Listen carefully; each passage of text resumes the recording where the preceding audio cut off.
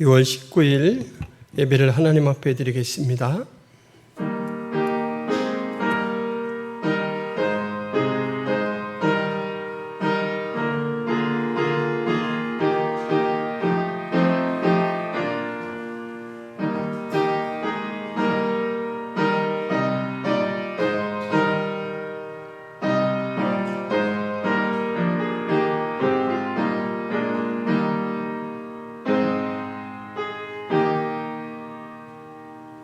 하나님 아버지, 주님의 구원의 은혜를 받은 거룩한 백성들이 하나님께 경배하고 찬양하기 위해서 이 자리에 나왔습니다. 저희 예배를 기쁘게 받아주시옵시고 한량없는 은혜로 함께하여 주옵소서. 예배를 통하여 영광받아 주옵소서. 예수 그리스도의 이름으로 기도하옵나이다.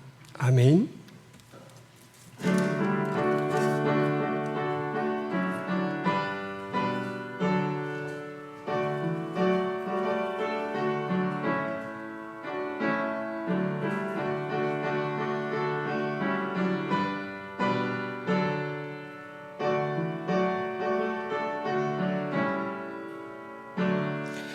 찬송으로 보답할 수 없는 큰 사랑, 주님께 영광 할렐루야.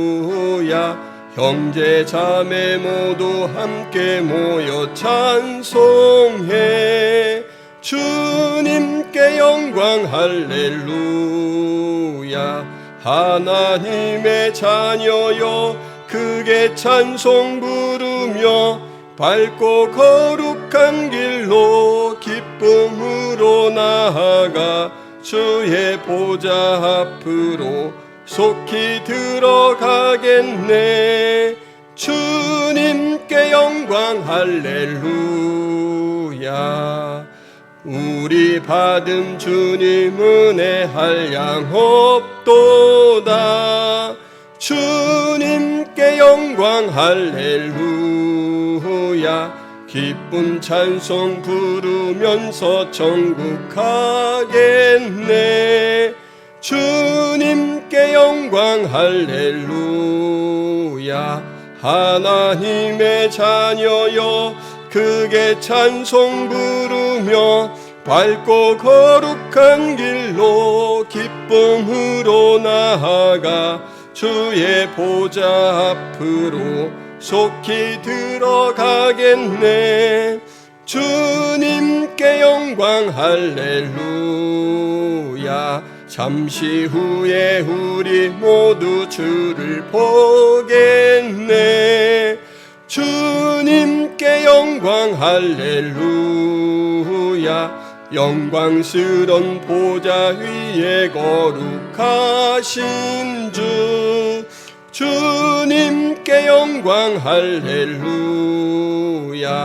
하나님의 자녀여 크게 찬송 부르며 밝고 거룩한 길로 기쁨으로 나아가 주의 보좌 앞으로 속히 들어가겠네. 주님께 영광 할렐루야. 만국 백성 천국에서 소리 높여서 주님께 영광 할렐루야.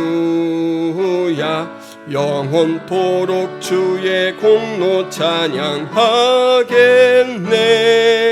주님께 영광 할렐루야. 하나님의 자녀여 크게 찬송 부르며 밝고 거룩한 길로 기쁨으로 나아가 주의 보좌 앞으로 속히 들어가겠네. 주님께 영광 할렐루야.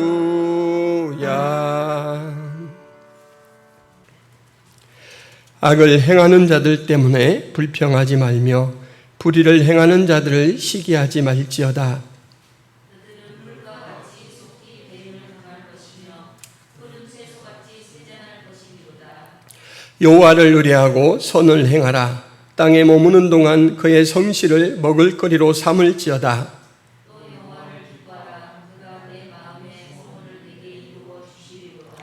내 길을 여호와께 맡기라. 그를 의지하면 그가 이루시고 내 의를 빛같이 나타내시며 내 공의를 정오의 빛같이 하시리로다. 여호와 앞에 잠잠하고 참고 기다리라. 자기 길이 형통하며 악관계를 이루는 자 때문에 불평하지 말지어다. 분을 그치고 노를 버리며 불평하지 말라. 오히려 악을 만들 뿐이라. 아멘.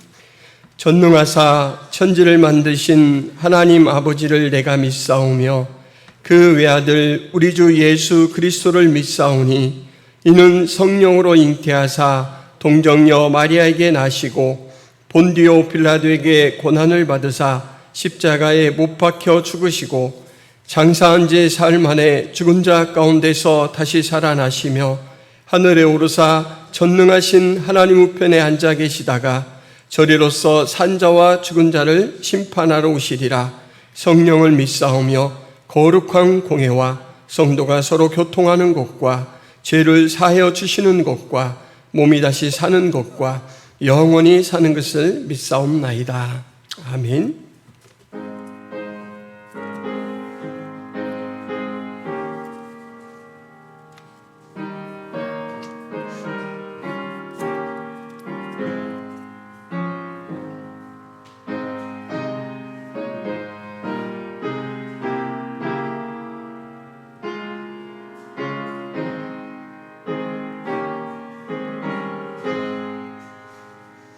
내 맘에 한 노래 있어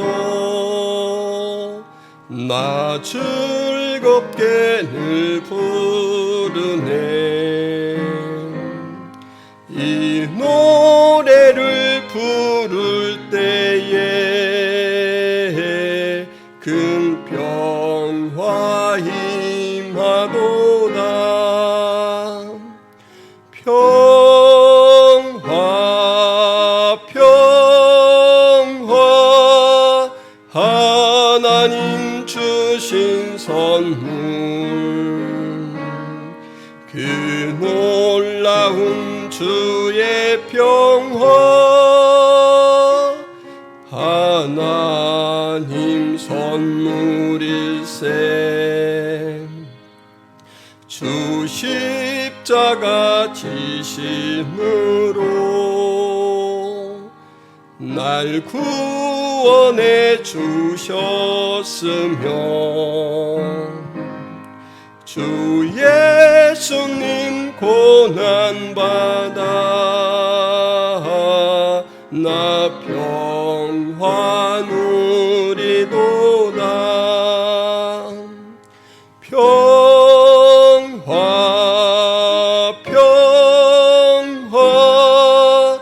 하나님 주신 선물 그 놀라운 주의 평화 하나님 선물일세. 나 주님께 영광 돌려 참 평화가 넘치도다. 주 하나님 은혜로서 이 평화 누리도다. 평화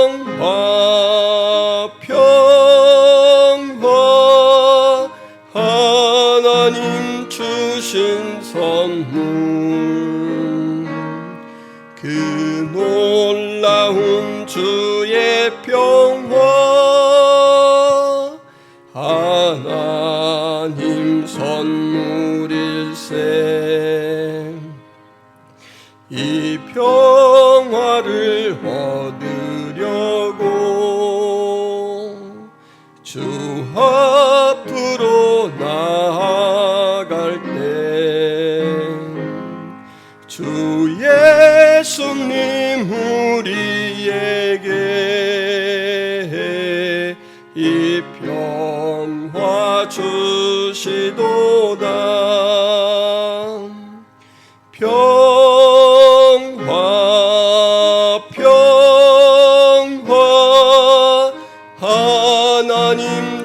주신 선물,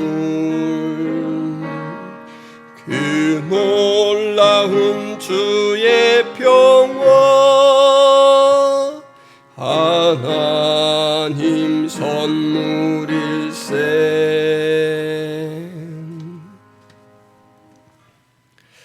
사랑이 풍성하신 하나님 아버지, 우리가 부족하여 날마다 주의 뜻 앞에 온전한 순종을 하지 못할 때에도 주님은 찾아오셔서 저희들을 위로하시고 다시금 소망 가운데 세워주시니 참으로 감사드립니다.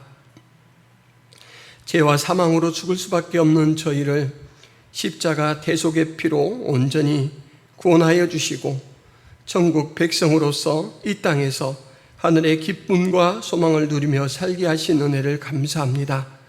하나님, 우리가 매 순간 주의 생명으로 살고 있음을 잊지 않도록 저희들을 각성시켜 주옵소서. 주의 말씀과 성령의 교통 속에서 하나님과 매 순간 새로운 삶을 나눌 수 있도록 도와주옵시고, 하나님께서 저희에게 주신 사명을 잘 인식하며 충성스럽게 감당할 수 있도록 도와주옵소서. 매일매일 말씀 안에서 새로워지게 하시고 자라가게 하여 주옵시고, 또한 생명의 복음의 말씀으로 죽어가는 많은 심령들을 우리 주님 앞에 인도하여 생명의 복음으로 말미암아 다시금 새 삶을 얻게 하는데 하나님, 저희들이 쓰임받도록 도와주옵소서. 그 사명의식을 절대로 느슨하게 하나님 잊거나 주저하지 않도록 도와주옵소서. 하나님, 이곳에 김포 성화교회를 세워주신 은혜를 감사합니다. 이제 예수사랑 초청잔치를 앞두고 전도 대상자들을 주님 앞에 저희가 인도하려고 애쓰고 있습니다. 접촉하며 권면할 때, 하나님 초청의 말씀을 전할 때 저들이 하나님께서 하시는 초청의 음성으로 들을 수 있도록 도와주옵소서. 기쁨으로 교회를 찾는 사람들이 많아지게 하시고, 또 교회 안에서 평안한 마음을 느끼고 잘 정착할 수 있도록 도와주옵소서. 교회에서 행하는 성경 공부와 퀼트 모임에도 하나님 은혜를 더하여 주옵소서. 또한 6월 25일에는 특별히 교회 앞 전도를 하려고 합니다. 토요일에 시행하는 이 전도에도 많은 사람들을 만나게 하시고 하나님의 교회와 생명의 복음을 소개할 수 있도록 도와주옵소서. 하나님, 전쟁으로 말미암아 많은 사람들이 어려움을 겪고 있는데 우리 하나님께서 이 전쟁을 속히 종식시켜 주옵시고, 큰 아픔과 상실감으로 하나님 이렇게 낙담해 있는 우크라이나 국민들을 위로하여 주옵소서. 또한 온 세계가 하나인 것을 인식하며 많은 것들로 후원하고 도울 수 있도록 도와주옵소서. 오늘 저희가 드리는 예배를 통하여 하나님께서 온전히 영광 누리실 줄 믿사옵고 예수 그리스도의 이름으로 기도하옵나이다. 아멘.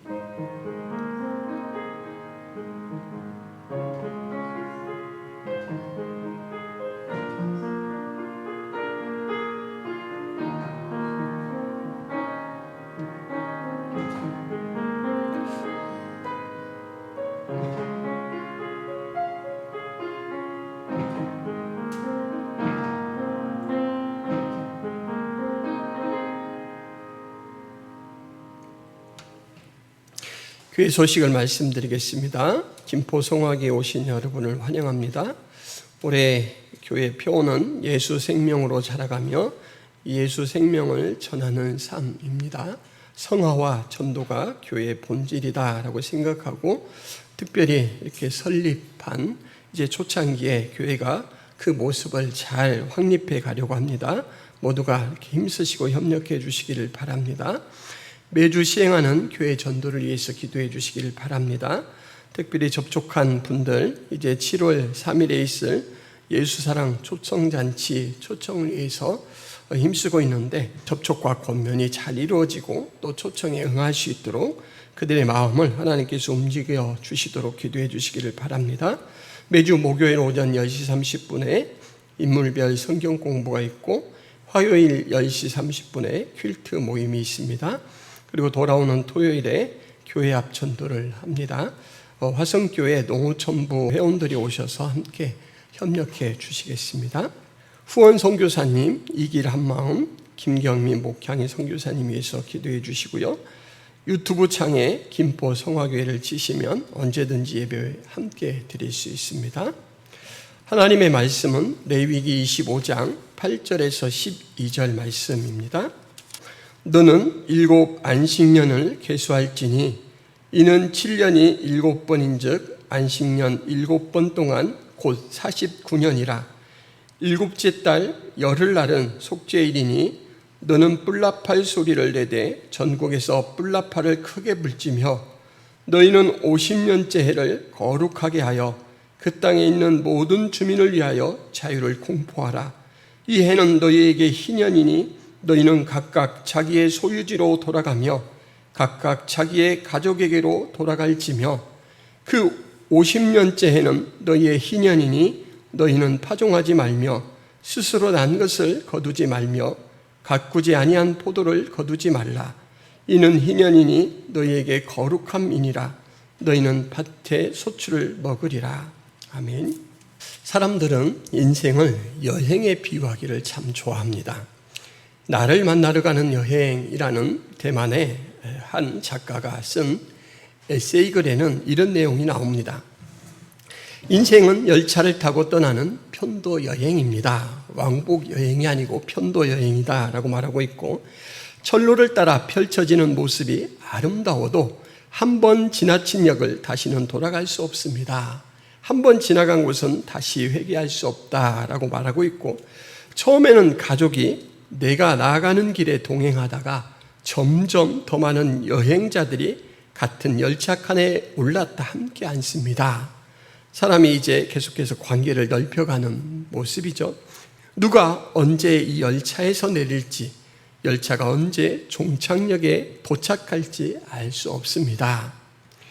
인생은 멀리 떠나는 여행과 같아 완벽하게 준비할 수 없기 때문에 수많은 시행착오를 거치며 성공과 실패를 배우게 됩니다.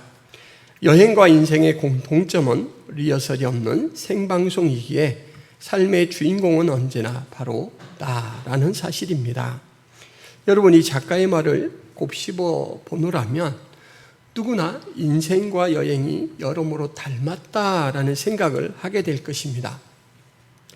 그런데 작가가 지적하고 있는 것처럼 이 여행도 그렇고 인생도 그렇고 변수가 너무 많습니다. 그래서 완벽하게 준비한다거나 철저한 대비가 불가능합니다. 여러분은 혹시 여행을 하다가 큰 공정에 처해 보신 적이 있으십니까? 여러분, 영화 티벳에서의 7년, 이 영화는 실화를 바탕으로 만들어진 영화입니다. 오스트리아인 하인리히라는 사람이 히말라야를 등반하기 위해서 떠났습니다. 그런데 여러 번 도전을 하다가 이분이 발목을 다쳤는데, 처음에는 이제 속이고 다치지 않은 것처럼 산에 올라가고 싶으니까 그렇게 하다가 결국은 이제 그 일이 발각이 되어서 함께 참여를 하지 못했습니다. 시도를 하다가 결국은 성공하지 못하고 이제 산에서 내려오는 길에 영국군들에 의해서 붙잡히게 됩니다. 사정이 어떻게 됐냐면, 이 사람이 산에서 히말라야 산을 정복하려고 그렇게 도전하는 그 시간에 2차 세계대전이 발발했습니다. 그리고 영국과 오스트리아는 서로 적국으로 이렇게 이제 맞서게 됐죠. 이 사람은 자기 개인으로는 아무 잘못이 없죠. 여러분, 전쟁을 그가 일으킨 것도 아니고, 그리고 그 전쟁에 전투병으로 참여한 것도 아닌데, 단지 출신이 오스트리아라는 그 나라라는 이유 때문에 스파이로 의심을 받아 체포가 됩니다. 여행을 왔다가 억류되고 자신의 국가를 비롯해서 어느 누구도 그에게 도움을 줄 수가 없습니다. 여러분, 각자 도생이라는 말 아시죠? 각자 살 길을 스스로 추구하고 열어갈 수밖에 없다라는 말인데, 지금 이분에게 꼭 맞는 말씀입니다. 여행 왔다가 예기치 않은 상황에 억류가 됐는데, 영국군들에게 아무리 자기의 상황을 설명해도 들어주지를 않습니다. 교섭에도 실패를 하죠. 그리고 그가 도움을 얻을 수 있는 기관도 국가도 너무 멀고, 그리고 사람들도 그를 도와줄 수가 없습니다. 그래서 이 사람은 자기가 할 수 있는 일을 열심히 합니다. 탈출을 시도하죠. 숱하게 탈출하고 숱하게 잡혀옵니다. 그런데 어떻게 이 사람이 결국은 이 탈출에 성공을 합니다. 만약 여러분이 비슷한 상황에 처하게 된다면 여러분은 어떻게 행동하실 것 같습니까? 자신이 의도한 바 없이 연루된 일로 일순간 자유가 박탈당합니다. 도움을 구할 만한 사람도 방법도 없습니다. 그런 상태로 하루가 지나고 이틀이 지나고 한 달이 지나고 두 달이 지나고 1년이 지나고 2년이 이렇게 흘러간다면 여러분 참 낙담이 되겠죠. 근데 이런 일이 심심치 않게 발생합니다. 아이러니하게도 이 일은 우리 현실에서 여행보다는 우리 인생이라는 이 큰 그림 속에서 훨씬 자주 많이 일어나는 일이죠. 성경이 쓰여질 시대의 상황으로 이제 이야기를 해보자면, 태어나 보니 집이 너무 가난합니다. 세금도 내지 못하는 집안 사정 때문에 어릴 때 팔려갑니다. 성장하여 자신의 처지를 깨달았지만 여러분, 종의 신분이라 독립적으로 경제활동을 할 수가 없습니다. 당연히 경제활동이 불가능하니까 스스로 몸값을 지불하고 자유를 얻을 그런 기회의 여지마저 없죠. 내가 열심히 일한 것은 다 주인의 유익이 되고 나에게는 그냥 먹여주고 채워주고 하는 정도죠. 그래서 내 스스로 노력을 해서는 절대로 이 길을 벗어날 수가 없습니다. 여러분, 어느 날 마음에 쏙 드는 이성의 종을 발견합니다. 그 이성도 나를 은근히 좋아하는 눈치예요. 그래서 마음에 소망이 생겼습니다. 저 이성과 결혼도 하고 가정을 꾸려서 가족도 갖고 싶다. 여러분, 가능할까요?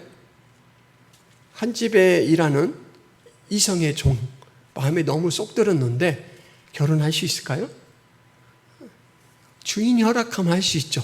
근데 주인은 이 이성의 종을 나와 결혼시키기보다는 이 이성의 종을 멀리 떨어져 있는 사람에게 팔아서 다른 수익을 내려고 해요.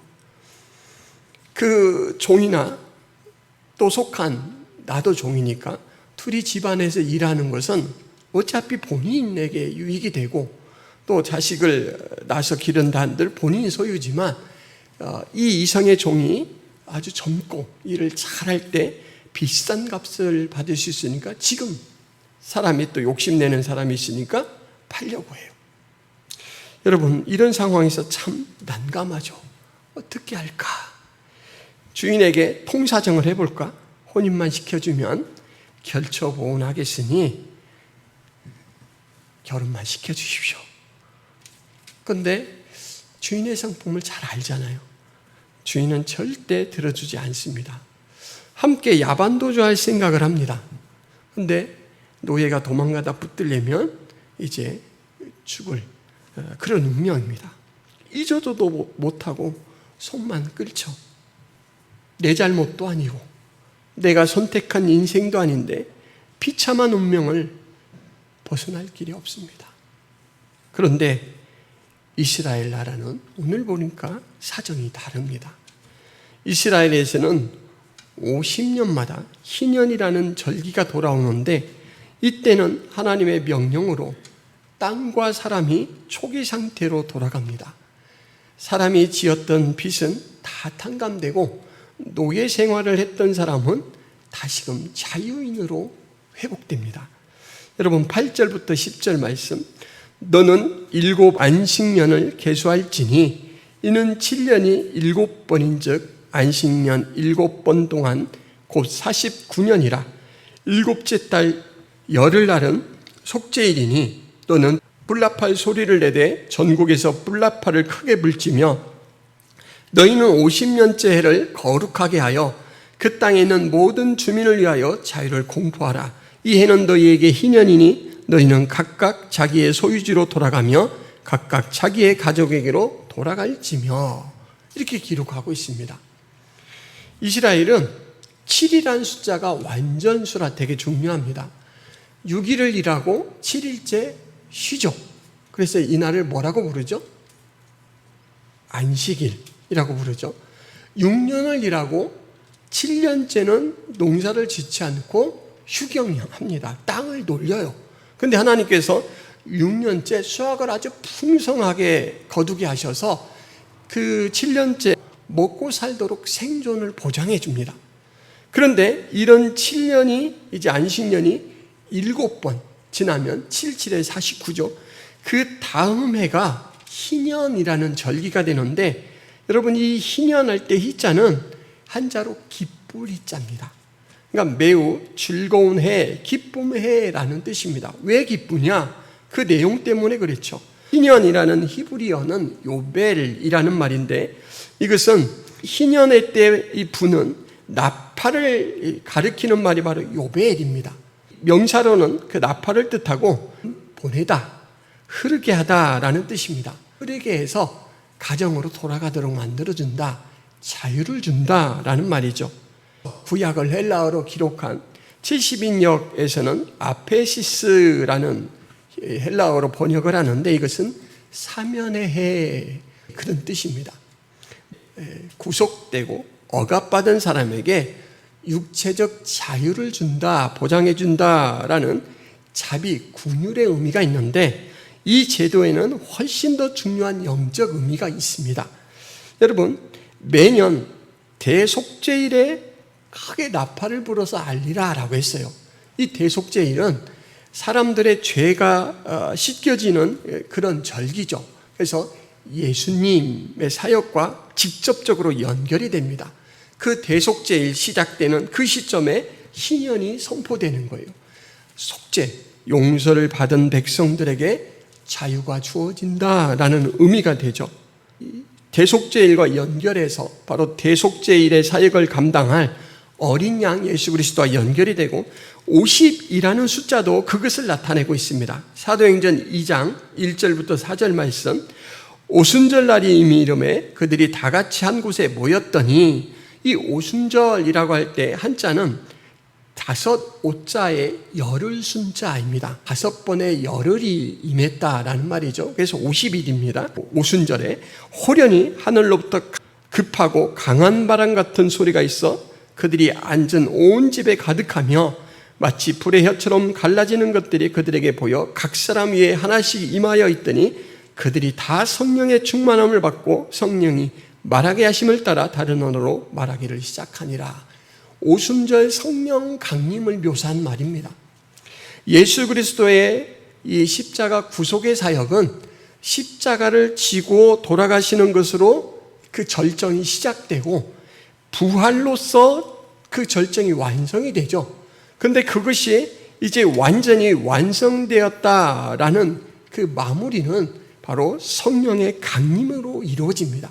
그래서 하나님께서 예수 그리스도를 통해서 죄와 사망의 속박을 받는 백성들을 온전히 해방한다라는 것의 완전 실현은 바로 이 성령 강림으로 보여주고 그리고 이제 총체적으로 아주 완전히 실현되는 것은 재림으로 이루어지게 되시죠.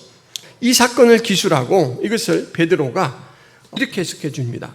선지자 요엘을 통하여 하신 말씀이 성취된 것이다 이렇게 말하면서 하나님이 말씀하시기를 말세에 내가 내 영을 모든 육체에 부어주리니 너희의 자녀들은 예언할 것이요 너희의 젊은이들은 환상을 보고 너희의 늙은이들은 꿈을 꾸리라. 그때가 되면 누구든지 주의 이름을 부르는 자는 구원을 받으리라 하였느니라. 이 일이 이루어졌다. 누구든지 주의 이름 예수 그리스도의 이름을 부르는 자는 구원을 받게 되는 일이 성취되었다. 그리고 이 일에 대해서 더 추가적으로 이스라엘 사람들아 이 말을 들으라. 너희도 아는 바와 같이 하나님께서 나사렛 예수로 큰 권능과 기사와 표적을 너희 가운데 베푸사 너희 앞에서 그를 증언하셨느니라. 이 성령 강림의 현상은 바로 우리의 구원자로 오신 예수 그리스도가 참된 메시아다라는 것을 하나님께서 확정해 주시는 것이다 라고 이제 예수 그리스도로 말미암아 우리에게 주어지는 자유, 해방 이 일과 연결시켜서 이렇게 이야기를 하죠. 그리고 예수님께서 직접 이 일을 언급하십니다. 누가복음 4장 17절에서 19절 말씀. 선지자 이사야의 글을 드리거늘 책을 펴서 이렇게 기록된 데를 찾으시니 곧 주의 성령이 내게 임하셨으니 이는 가난한 자에게 복음을 전하게 하시려고 내게 기름을 부으시고 나를 보내사 포로된 자에게 자유를, 눈먼 자에게 다시 보게 함을 전파하며 눌린 자를 자유롭게 하고 주의 은혜의 해를 전파하게 하려 하심이라 하였더라. 예수님께서 공생의 사역을 시작하실 때 첫 번째로 회당에서 성경 말씀을 펴서 읽고 내용 설명을 해준 부분이죠. 이사야가 기록해 놓은 이 부분을 찾아서 읽으시면서 뭐라고 이야기하냐면 내가 바로 그 일을 하는 자이다 라고 이제 설명을 해 주시죠. 사도행전 3장 19절 20절. 그러므로 너희가 회개하고 돌이켜 너희 죄 없이 함을 받으라. 이같이 하면 새롭게 되는 날이 주 앞으로부터 이를 것이요 또 주께서 너희를 위하여 예정하신 그리스도 곧 예수를 보내시리니. 그 일이 단회적인 사건으로 이미 완성이 되었는데 복음을 믿고 회개하고 예수 그리스도를 구주로 영접하는 자들은 매번 새롭게 하나님이 그 은혜, 그 해방, 그 구원, 그 영광을 하나님께서 주신다라는 것이 바로 사도행전 3장 19절 20절에 기록되어 있습니다. 희년은 예수 그리스도를 예표하는 사건이요, 그리고 예수 그리스도께서 이미 성취해 놓으신 이후에는 복음을 통하여 주를 고백하고 회개하는 자들에게는 자유의 기회를 주신다라는 것이죠. 여러분은 그러면 이 말씀과 어떤 연관이 있습니까? 여러분은 이 말씀의 혜택자입니다. 우리는 이미 예수 그리스도를 구주로 고백했고, 그리고 예수 그리스도 안에서 자유를 확정받았습니다. 그리고 지금도 여러분들은 자유인으로서 예배를 드리고 있습니다. 그런데 이 구원 역사에 혜택을 받은 우리는 구원 역사의 참여자가 됩니다. 누구에게나 그렇게 되죠. 자유 선포와 실행에 있어서 그렇죠. 너희는 50년째를 거룩하게 하여 그 땅에 있는 모든 주민을 위하여 자유를 공포하라. 너희가 해야 될 일입니다. 너희가 해야 될 일. 레위기 25장 10절 말씀. 항상 희년이 있다라는 것을 알리는 거예요. 50년째 딱 되는 그 시기에만 여러분 희년입니다 이렇게 하는 게 아니고 속죄 일마다 희년에 대해서 언급해 줍니다.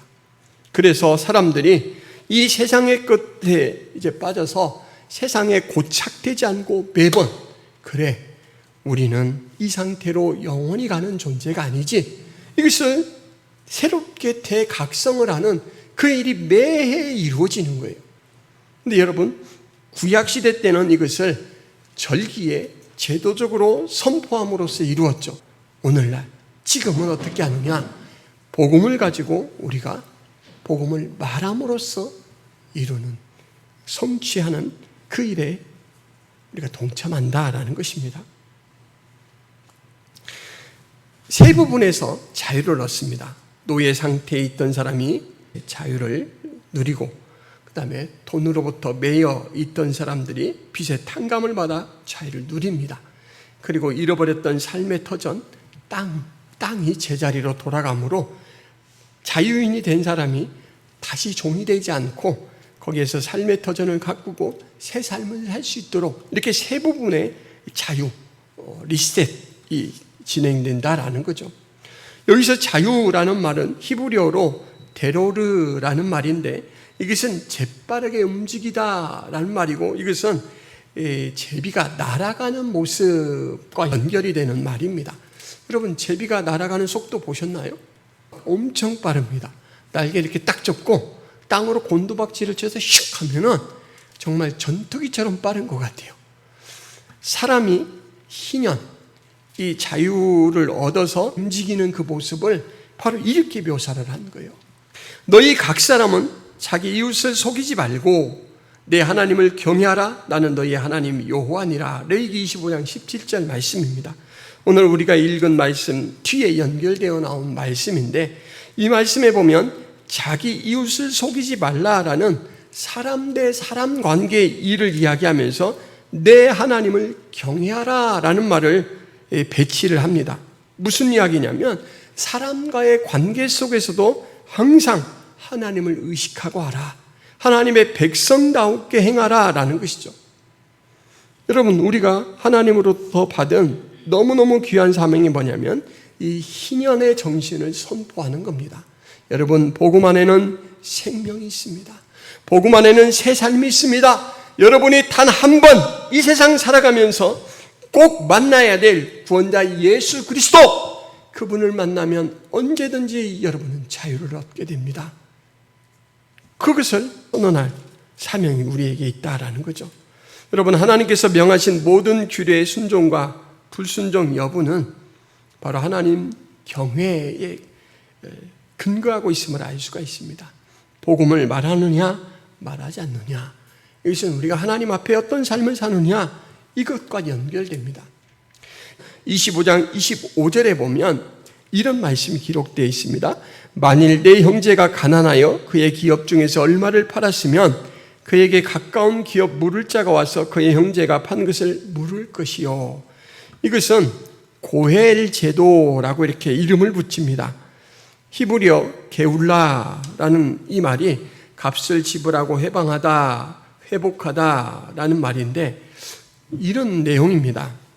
가까운 가족이나 친척이 형편이 안 돼서 이제 재산을 잃어버리거나 아니면 자기의 자유를 잃어버리게 될 때 회복시켜 줄 수 있는 능력이 있는 가까운 친척이 그것을 도와서 회복시켜 주라라는 거죠.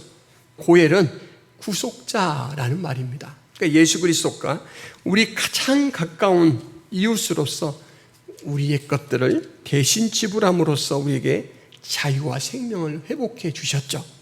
그래서 이 레위기 25장에서는 바로 희년제도와 고헬제도로 예수 그리스도가 구원자이시고 우리에게는 꼭 필요한 분이시다라는 것을 나타내 주죠. 여러분, 예수 그리스도를 예표하는 구약의 여러 가지 것들이 있다라고 했죠. 인물이 예수 그리스도를 예표하는 경우가 있습니다. 예를 들면 요셉이 그렇죠. 희년이나 고헬 같은 제도가 예수 그리스도를 예표하기도 합니다. 사물이 예표하기도 합니다. 성막에서는 뭐가 예수 그리스도를 가장 잘 예표할까요?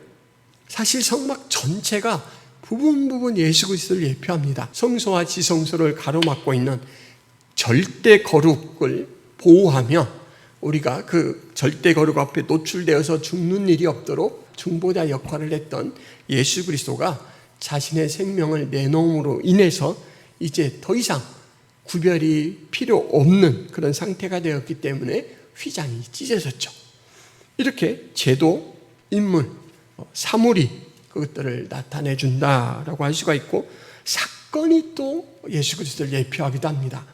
희년과 고헬은 우리가 어떤 위치에 있느냐, 처음 시작할 때 인생과 여행이 참 닮았다라고 말씀을 드렸는데, 우리가 인생을 여행으로 보자면 어느 위치에 와 있고 그리고 우리의 상태는 어떤 상태인 것이다 라는 것을 지금 확인을 받은 거죠. 우리는 희년의 성취자, 고헬의 이 구원자이신 예수 그리스도가 이미 구원해 주셔서 자유를 누리고 있습니다. 완전한 자유를 향해서 나아가는 존재이고, 그리고 그렇게 있는 우리에게 하나님께서는 그래, 그렇게 살다가 천국으로 오라 그러지 않고 이제는 내가 천국을 알리는 희년의 선포자다라는 사명을 주셨다라는 것이죠. 그리고 그 역할을, 그 사명을 어떻게 감당하느냐, 옛날에는 절기를 나팔을 불어서 선언하는 것으로 감당했지만 지금은 우리에게 있는 이 복음이라는 것을 말함으로써 진행하고 있다라는 것이죠. 여러분, 제도는 우리를 항상 의미 앞에 세웁니다. 제도는 형식으로 만나니까 형식으로 생각하기 쉬운데, 모든 형식적인 제도는 의미 때문에 있는 것이죠. 안식일, 안식년, 희년 모두 다 하나님의 구원의 은혜를 나타내 주죠. 그래서 이 안식일, 안식년, 희년이라는 절기를 맞이할 때마다 우리는 편하고 좋다가 아니고 이것을 선물해 주신 하나님이 어떤 분인가 라는 것으로 돌아보게 되죠. 여러분, 이 성경이 기록될 당시에 여행 개념은 오늘날과는 많이 달랐습니다. 오늘날에는 휴식, 힐링, 재충전 같은 여가를 즐긴다라는 의미가 강하지만 그때 당시만 해도 어쩔 수 없이 삶의 터전을 떠나 무엇을 해야 하기 때문에 업무적으로 가는 성격이 강했습니다. 그 당시에는 여행하는 것이 매우 위험하고 또 위태한 순간에 노출될 수밖에 없습니다. 때로는 여행을 떠났다가 돌아오지 못하기도 하고 이렇죠. 그래서 원래 영어로 나타내는 그 트래블이라는 영어는 지금은 여행하다, 이동하다라는 의미이지만 그 어원이 되는 말은 고생, 고역이라는 그런 의미를 가지고 있다라고 합니다. 그 여행 자체가 원래 고행이고 고역이다라는 거죠. 오늘날 우리도 그렇고 이 인생이라는 여행을 살다 보면은 때때로 예기치 못한 고단함에 처하게 되죠. 그리고 우리 주변에도 그런 고단함에 처해져 있는 사람들이 참으로 많이 있습니다. 마태주라는 시인이 너와 함께라면 인생도 여행이다 라는 이 제목의 시를 썼고 또 그러한 제목으로 책도 냈습니다. 이 시에 보면 이런 부분이 나옵니다. 인생은 고행이다. 그렇게 말하는 사람들 있다. 우리 여기서 고행이란 말, 여행이란 말로 한번 바꿔보자. 인생은 여행이다. 더구나 사랑하는 너와 함께라면 인생은 얼마나 가슴 벅찬 하루하루일 것이며 아기자기 즐겁고 아름다운 발길일 거냐. 너도 부디 나와 함께 힘들고 지치고 고달픈 날들 여행이라고 생각해주면 좋겠구나. 지구 여행 잘 마치고 지구를 떠나자꾸나. 참 인생을 여행으로 잘 표현한 시죠. 그런데 이 나태주 시인이 기본적으로 깔고 있는 인생 바탕을 보면 누구나 그렇게 얘기하는 것처럼 고행은 맞다라는 거예요. 그죠? 고행은 맞다. 그런데 그 고행을 여행으로 좀 바꿔보자.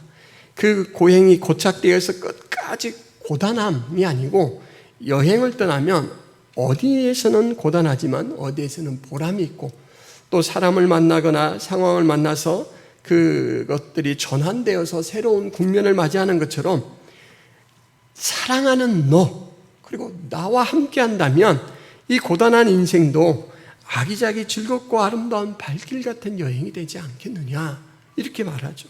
부디 나와 함께 힘들고 지치고 고달픈 날들 여행이라고 생각해주면 좋겠구나. 지구 여행 잘 마치고 지구를 떠나자꾸나. 여러분 이 시에서 우리에게 울림의 이 소리가 있죠. 뭐라고 이렇게 울리냐면 그 고단하고 외로운 사람에게 당신이 그렇게 아기자기하게 삶을 전환시킬 수 있는 사랑하는 자가 되어주면 어떻겠습니까? 그리스도인이 받아야 될, 들어야 될 그런 말이죠.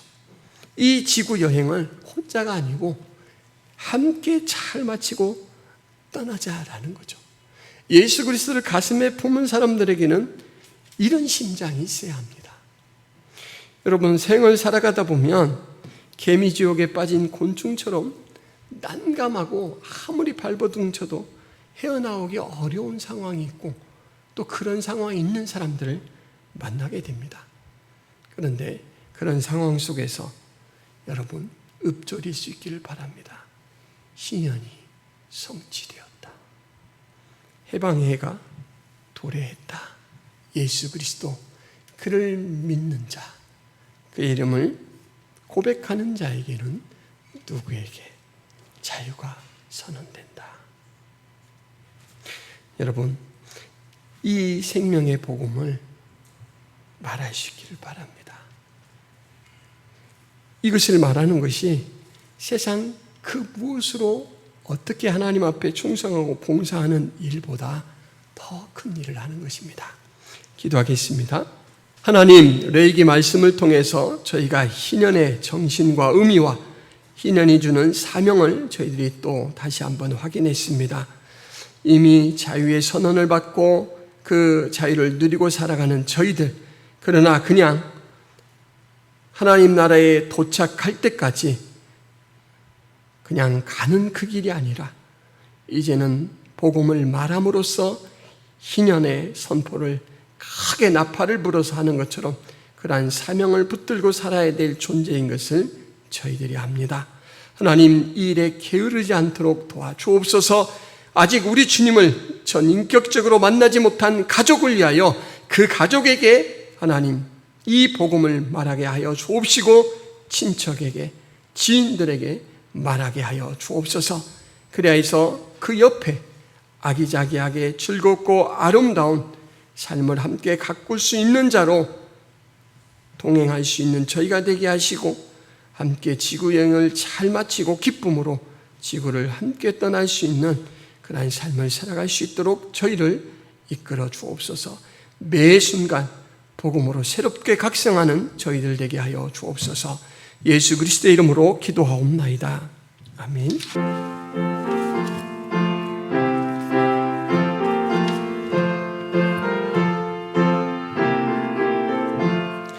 주여 복을 구하오니 편히 가게 하시고 사람마다 주매로 이기도록 하시고 광야 같은 세상에서 항상 인도하소서.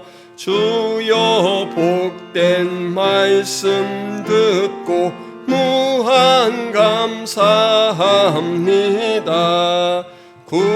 구원받은 주의 성도 열매 맺게 하시며 하나님이 우리 함께 항상 계시옵소서. 아멘. 하나님, 우리 스스로는 도저히 구할 수 없는 자유와 소망을 허락하여 주신 은혜를 감사합니다. 오늘도 이 자유인으로서 하나님 앞에 예배하고 마음껏 찬송하며 기도할 수 있게 하신 것 감사합니다. 하나님이 또한 자유뿐만 아니라 삶의 터전인 땅을 회복하게 하셔서 그 안에서 삶을 계속해서 유지하고 또 그 안에서 기쁨을 경영하며 살아갈 수 있도록 허락하신 것처럼 세상을 살아가는 저희들에게 하나님의 힘으로 많은 것들을 공급해 주셔서 누리게 하신 것 감사합니다. 이제 헌금을 하나님 앞에 드림으로 모든 것이 하나님의 것이고 하나님의 은혜다라는 것을 고백하는 주의 백성들에게 하나님 아버지 더 많은 것들 맡겨 주시옵시고 그것들이 쓰여지는 곳곳에서 우리 하나님의 영광이 드러나게 하여 주옵소서. 이제는 예수 그리스도의 은혜와 하나님 아버지의 크신 사랑과 성령 하나님의 감화 감동의 역사가 사랑하는 김포 성화교회 모든 성도들 머리 위에 하나님의 귀한 백성들 머리 위에 이제부터 영원토록 함께 있을지어다. 아멘.